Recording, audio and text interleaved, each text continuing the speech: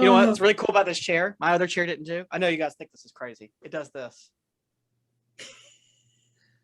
It's the little things. Are you ready?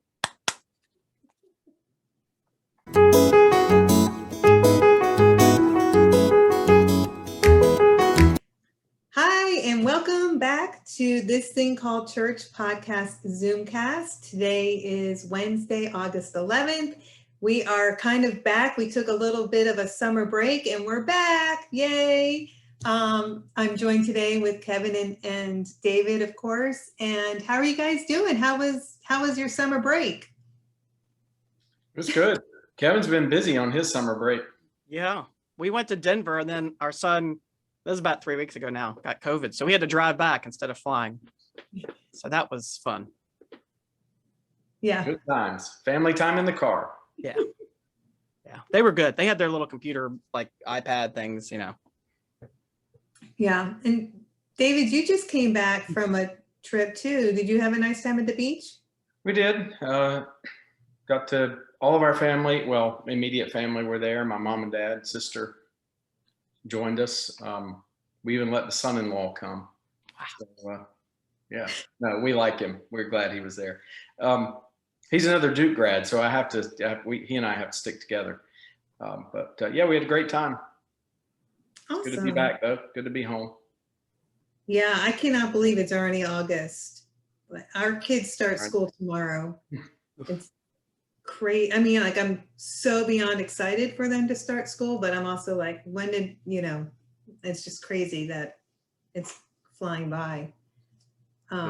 Yeah, practically September.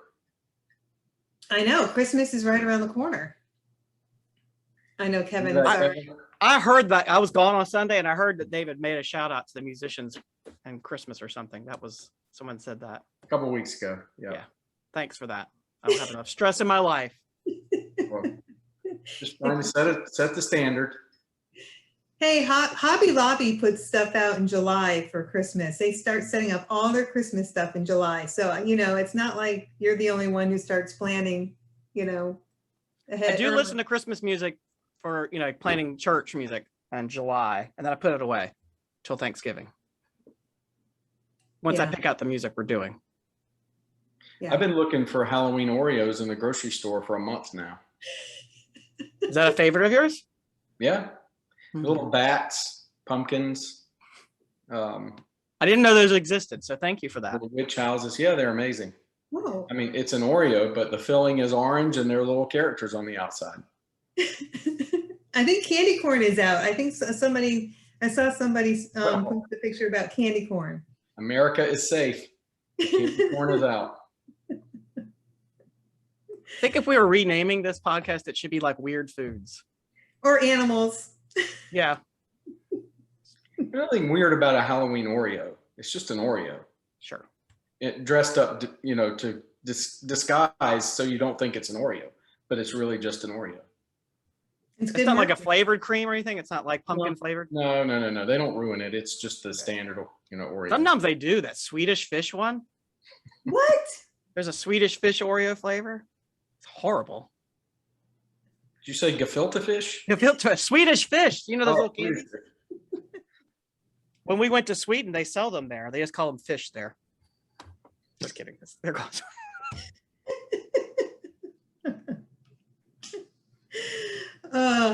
Well, I would have to say one of the highlights of my summer vacations or trips was definitely the choir tour trip, the youth choir trip.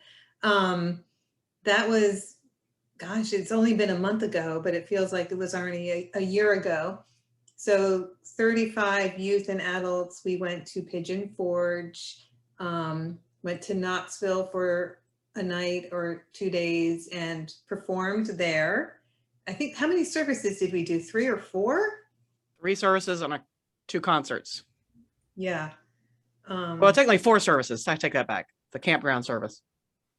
Yeah, and 1 concert, right. So it was such an amazing trip on so many levels because one, we didn't get to do a trip last year. And so to have the youth all together again, it was so, you could see how important it was for them to be together and how much they enjoyed it.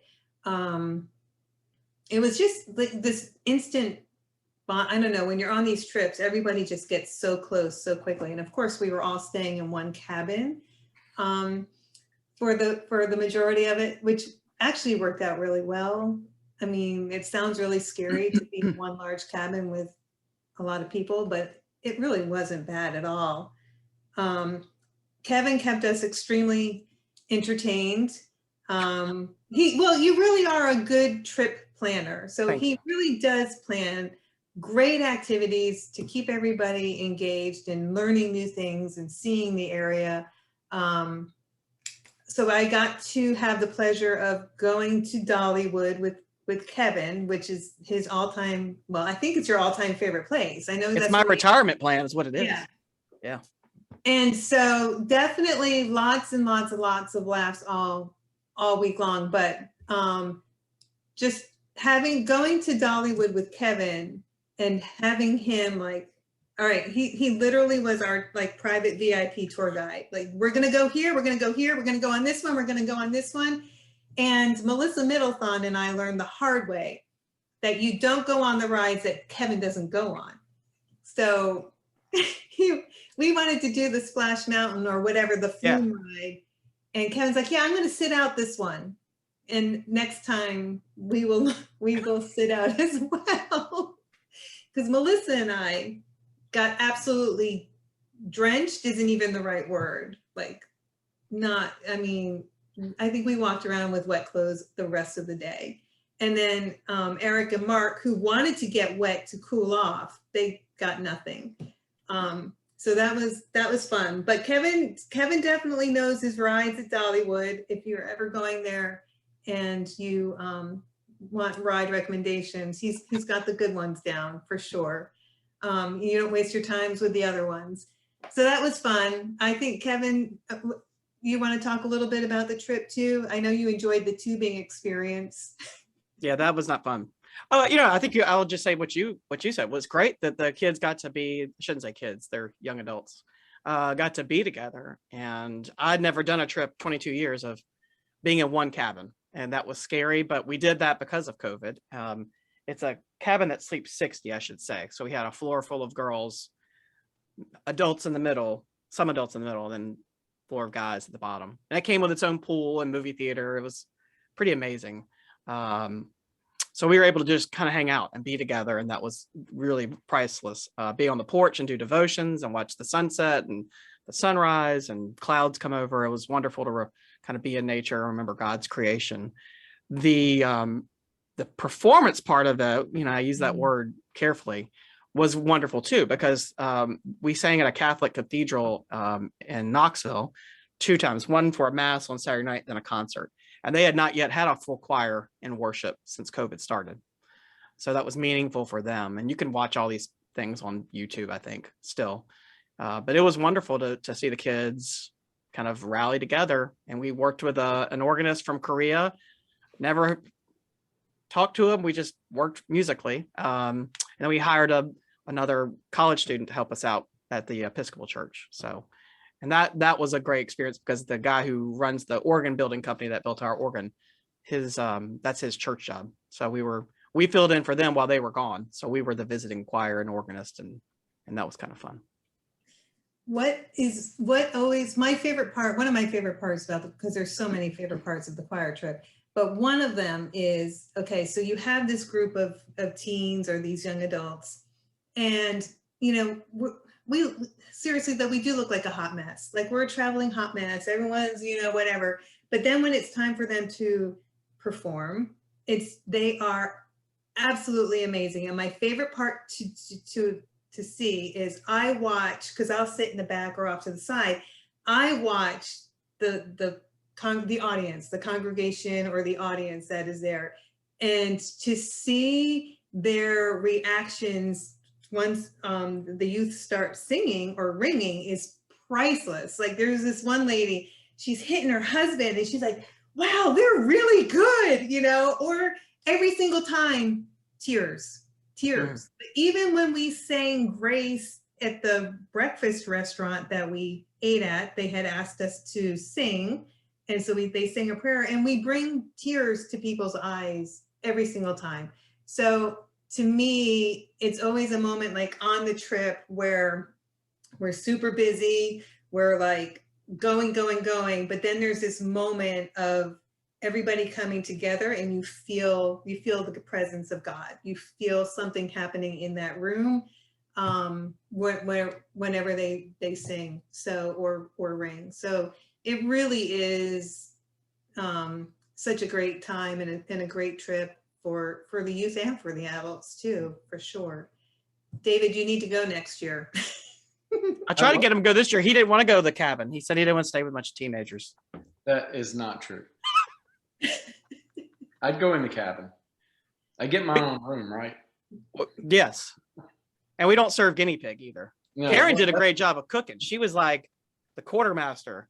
She was awesome. She handled all the meals for us. I had help. Well, yeah. I had help. But I hadn't, honestly, I hadn't given it much. Like, I knew I was going to be doing some of the food on the trip, and I was planned for it, but I hadn't really thought about like, ooh, am I going to really like be stressed about it? But every morning I would get up early. I'd be the first one awake, and I would go down in the kitchen and I'd get the coffee going and then start getting the breakfast ready. And it turned out to be my favorite time because you're in this nice cabin and the coffee's going, and then people slowly start waking up, and they come and they sit around the counter as you're starting to make breakfast. And then you see the sun coming up, and it's just, I don't know. It's like maybe around being home, like for Christmas, around the holidays, just kind of this fellowship coming and starting a new day together. So it really was not stressful. It was really just, and the kids, they're so easy, and they're so appreciative. They don't take anything just because they were very thankful. So I like that too. But we did happen to pick up something for you, David, from Dollywood. We wanted to give this to you in person, but since we can't be there, we saw this and we're like, this is definitely for David. Go ahead, Kevin. She put it in the bag just to give her credit. Oh. And she wrapped it, which is more than I would have done for either one. But any ideas what it could be from Dollywood? I can't imagine. It's not a bag of pork rinds, I can tell you that. All right, you ready? Spicy pork rinds?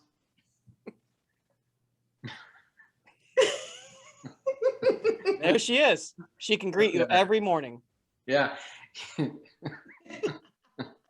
I actually have one of these too. The seniors a couple years ago gave me one of these. What's on the back? Oh, Yeah. it's the awesome train. Let's look at that. Oh, yeah. Morning coffee with the other woman. I think we listened to Jolene about 40 times. That's a great song, by the way. Dolly's a brilliant songwriter. She is. She really is. Kim and I saw her at Merlefest once, and she's really, really good. Our middle daughter, Abby, or our middle child, our daughter, Abby, when she was really young, she saw Dolly on TV.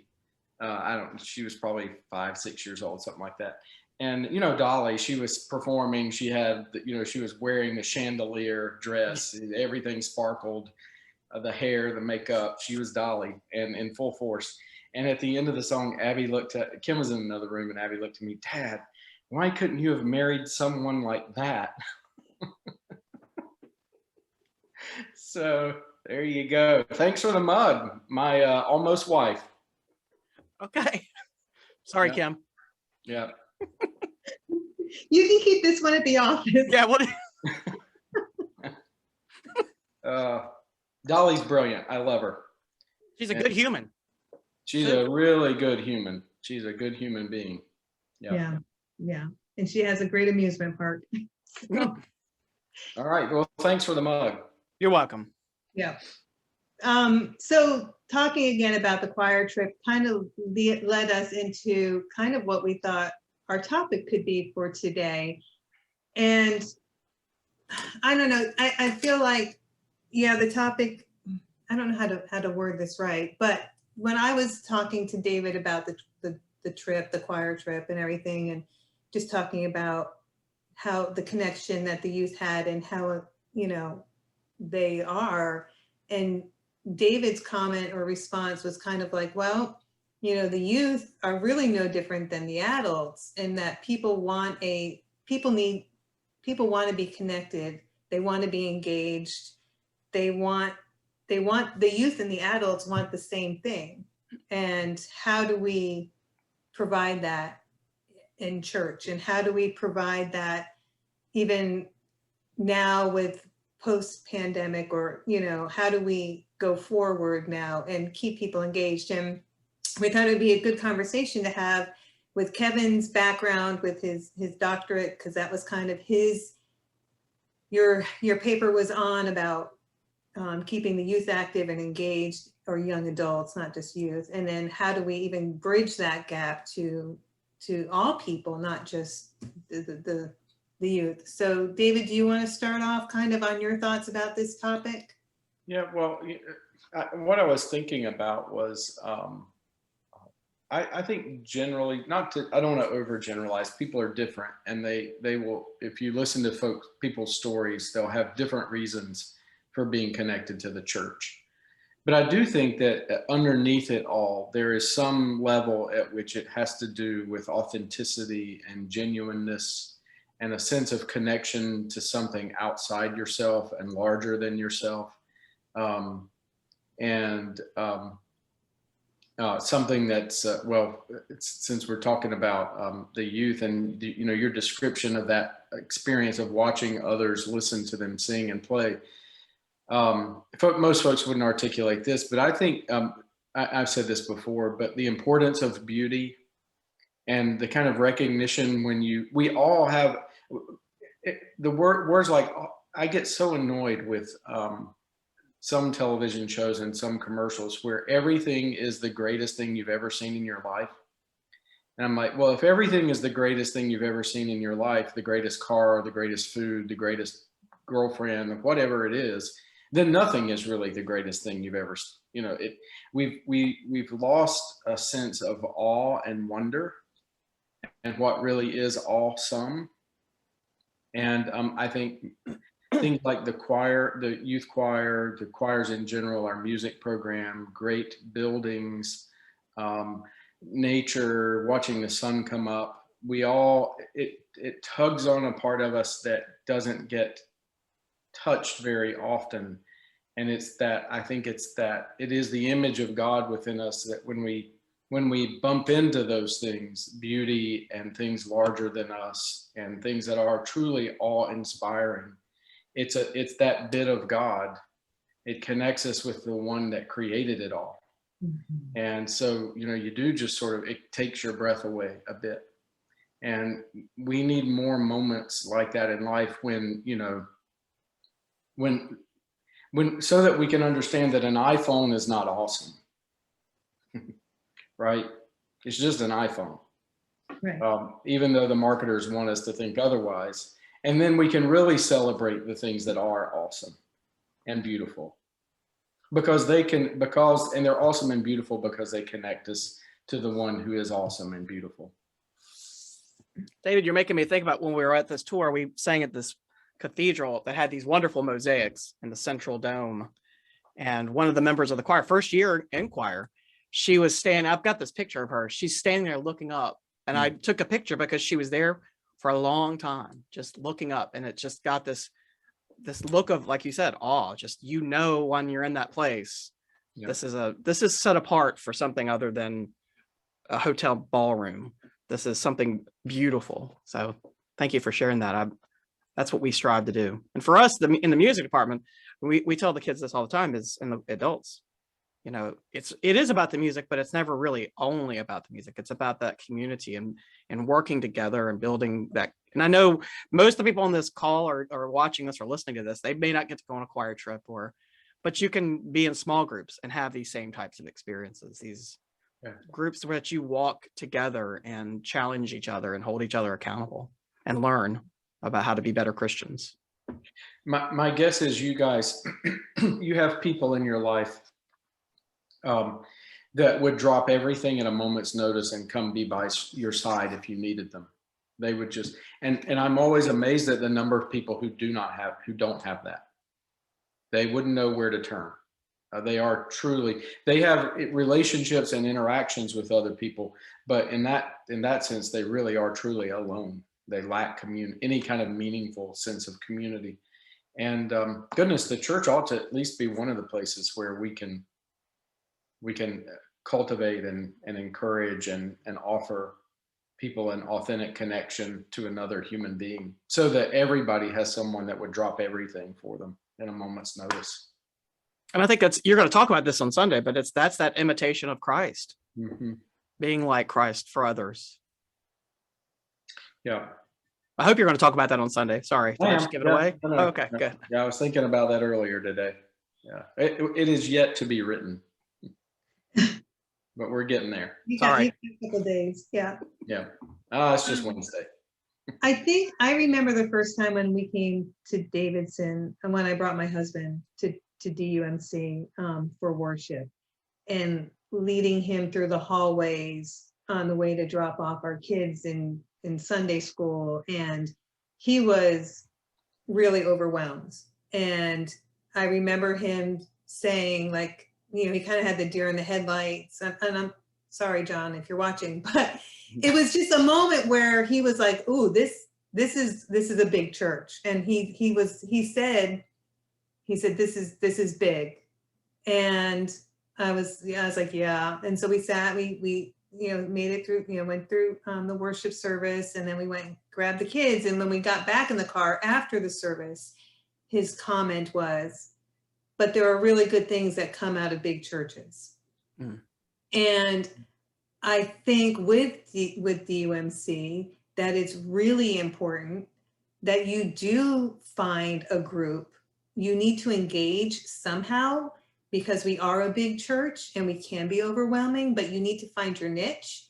And I even know, I know of other people that have said that too. It's a bit intimidating. You feel like everybody knows everybody, and there's a lot of people. And so I think in order for you to feel that connection, you need to find your group within our church. And I know that we have, whether it's music or even helping out with hospitality and helping Diana on Wednesday night dinners, like there's so many ways to be involved, or missions and small groups and stuff. I think it's really important that we as DUMC also encourage. I know we offer a lot of stuff, but I feel like we just put it out there and people make their own choice. But I feel like we're still missing getting people engaged and connected. I don't know how to fix that, but. Well, I think it's important to also draw this distinction. We're not just asking people to do things. That's Exactly. not what, we're not trying to make you busier. Right. This is more about, once again, being imitators of Christ. And so you're not just coming to refill salt shakers. No. I know. Yeah. But I do feel like you need to get the most out of it. It's not just about coming on Sundays to worship. It's also to go deeper, and whether that's, and everybody's different. So maybe Bible studies and book studies and small groups is your, where you really thrive and you grow your relationship, or it's joining a bell choir or the singing choir that makes you feel like you're growing in that way. So it's like a personal calling. But I feel like I remember I used to come in on Sundays and read through the bulletin to see what was happening, and there would be things that I was like, ooh, that's kind of calling me. This is where I'm being drawn to. But yes, you're right. It's not just we need bodies to fill spots. It's, ways to still keep engaged. Yeah, we're offering another church-wide book study this fall. Starts in middle of September. 5 practices of fruitful living. Like, what are the practices, kind of the day-to-day things we do that help us live fruitfully and well, faithful lives? And Pastor Diane Lawhorn is our pastor of faith formation, is working on small groups for those. So here's your invitation. If God is nudging on your heart to find a place to connect, a group that you can be a part of. It doesn't mean this will be your long-term group, but it's a place for 6 weeks where you could begin and maybe meet some folks, and out of that create a different small group. But reach out to Diane and let her know you're interested.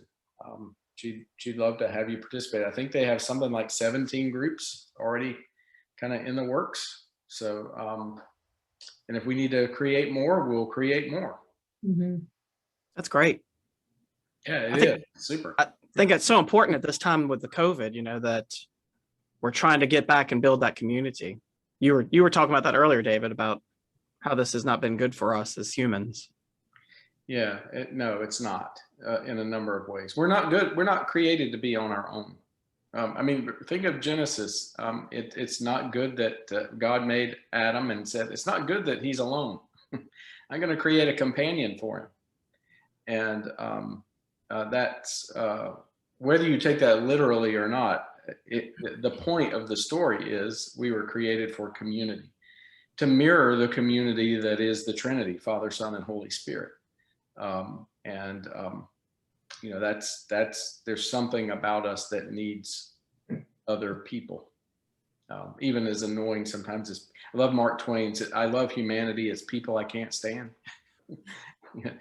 Community can be messy. You know, I don't want to romanticize it. It can be hard and difficult and messy.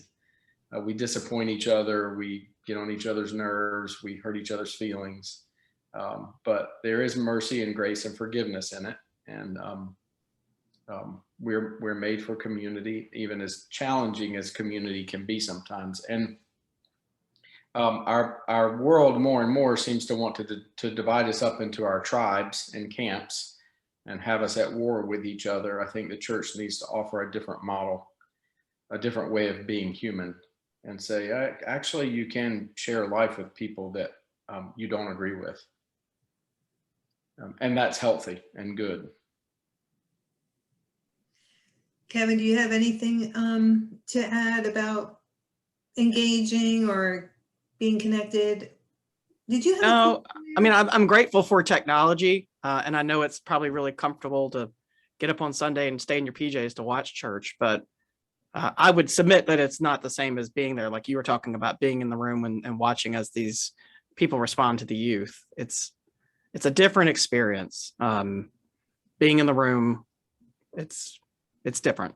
The approach, I think, from a home is, and I lived it, of course, at the beginning of COVID. Karen and I, we had to put together worship videos and then watch it at home later. It's a performance-based perspective, I think, but if you're in the room, it feels, once again, that community is, you're all breathing together to sing or say the prayers together. You're all, yeah. Because even when I was at home during the first weeks of COVID, my family wasn't participating. We were watching it. We didn't actually read the prayers on the screen because it felt weird. It felt clunky. So we hope you'll come back and engage with us in person. Yeah, you mentioned earlier, Kevin, incarnation. Mm-hmm. Yeah, I mean, I think it's important that, you know, for us to remember that Jesus came to a certain time and place and interacted with people, not from afar, but really, like David said, got engaged and invested in the lives of his disciples and others. And what was that quote from Peter's story? That was wonderful. Yeah, the church. It's his definition of the church, that the church is Jesus and a group of friends. The church is Jesus and a group of friends, and that was never comfortable, right? Because who we might choose to be friends with that's a different group than the gathering of friends that Jesus calls together. And there might be people in that group, the church, the body of Christ, that we find a little harder to be around sometimes. But you know, that's the point. God's creating a new human family. And we all know families are messy too. Not mine. Mine's perfect. Mine's awesome. Yeah. I mean, so much so that you drove all the way, you know, 2/3 of the way across the country. That's right. I enjoyed it. You almost turned around and went back and did it again. No, I did not. What did you say to the lady when you checked into the hotel that night? Like, Oh, I said, I've been driving for 13 hours. She said, oh, I'm sorry. Where are you coming from? And I said, we drove from Denver to St. Louis. That's where we were checking in. And she said, oh, I did that one time. I'll never do it again. And I said, I'm right there with you. Yes. No offense to any people that lived in Kansas, but wow, that's a lot of open ground. yeah. There's a whole lot of sky out there. And my wife kept giving me updates. You know, like it's 6 more hours till we're out of Kansas. Oh, no, just another hour. Well, it's good to kind of be back Zooming again. We hope to have some updates with us as far as maybe a new platform coming soon. We'll see. I know in the next week or in upcoming weeks, a lot of students are going back to school in person full time. So our thoughts and prayers are with everybody as they start a new school year, of course. And I know too, as a parent with school starting up and sports and kind of our lives pre-COVID coming, I cannot believe how much running around I did last week. I was like, oh my gosh, how did I used to do this all the time? Because I'm exhausted. But with that being said, I think it's important as our lives begin to get busier again, that we don't forget about church and our focus and being connected and not put church at the bottom of the list that sometimes we can easily do when we have other things on our list that have to get done. And it's an effort to make the time. And I hate to say that, but I'm hoping that as people start getting back into the swing of school and school routines, that we can keep the church there as well. Yeah. Well, and we're grateful, Karen, for, I never take for granted that someone would watch this or participate in worship online or show up on a Sunday morning when there are 100 other things you could do on a beautiful Sunday. Or so we're grateful and for folks participating however they participate. And we love to see you, to physically see you, to lay eyes on you, shake your hand, say hello. So Are we allowed to shake hands? Or are we still doing fist bumps? I don't know, something like that. I never figured out the there was a time we thought, will we ever shake hands again? I don't know. I had 3 handshakes on Sunday. Well, it was always Jeremy, right?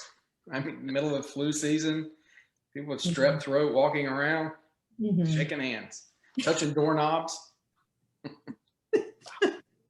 David, you may not know this about me. When I was a kid, I couldn't stand passing the peace. So I would leave in my home church. I would leave right before, I'd have to go to the bathroom before passing the peace and then come back afterwards. You're one of those people. So it's pretty ironic that I can't leave the service now. Like I have to stay the whole time. I think it's funny.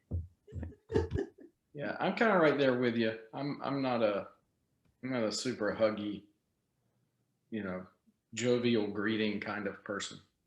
I like people. Sure. Just not, we're all different.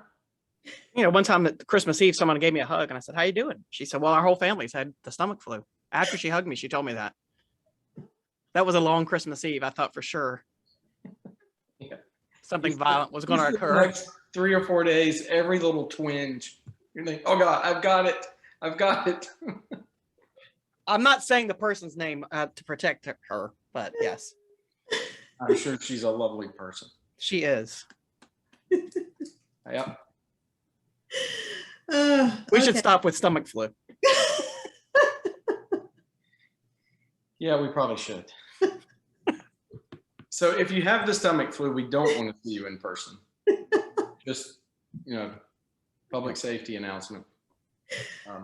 When you're well, and then we'd love to see you in person. Yeah.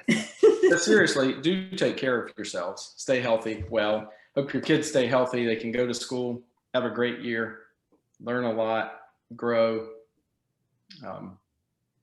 become better human beings. Grateful for teachers, principals, staff. Gosh, all the hard work they do. I know. Praying It's- for you guys, praying for all of you. Anyway, Yeah. well, looking forward to seeing you guys soon, and I guess we'll be back on a schedule. Every other week we'll be doing our Zoomcast. If you are interested in signing up for Disciple, reach out to Pastor Diane. And not Disciple. We do have Disciple class going on as well. So we've got the church-wide study starting in September, and we also have a Disciple class starting in September as well, which is I think a 34-week, it ends in May.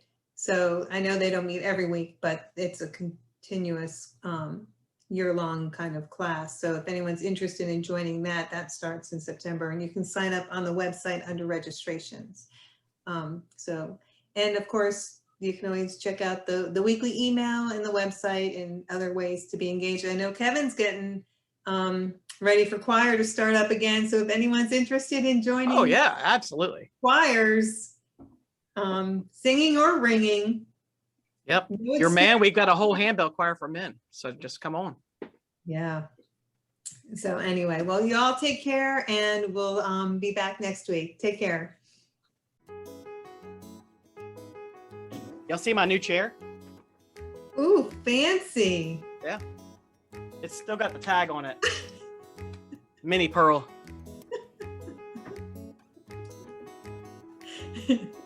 Wait, is that like brand new and not used? Yeah. I've worked here for 22 years and I've just got a new chair. Like it's still over there. Dollar cost averaging, whoever bought that chair for me when I first started here in 1999, they made a good deal. Wait, so that was the same chair that Yeah. you had 22 years ago? Yeah. We're going to bronze it Yeah. with my baby shoes. I want a giant throne in the sanctuary, like right in the middle of the chancel under the window. And then I have like stools to step up to it. It's so high. And then I'm going to have a staff and attendants standing beside me at all times. I'll help you. I'm just going to sit in there all day long making pronouncements. People can come visit me. You may not want to stay when there's organ practice, though. I can tell you that.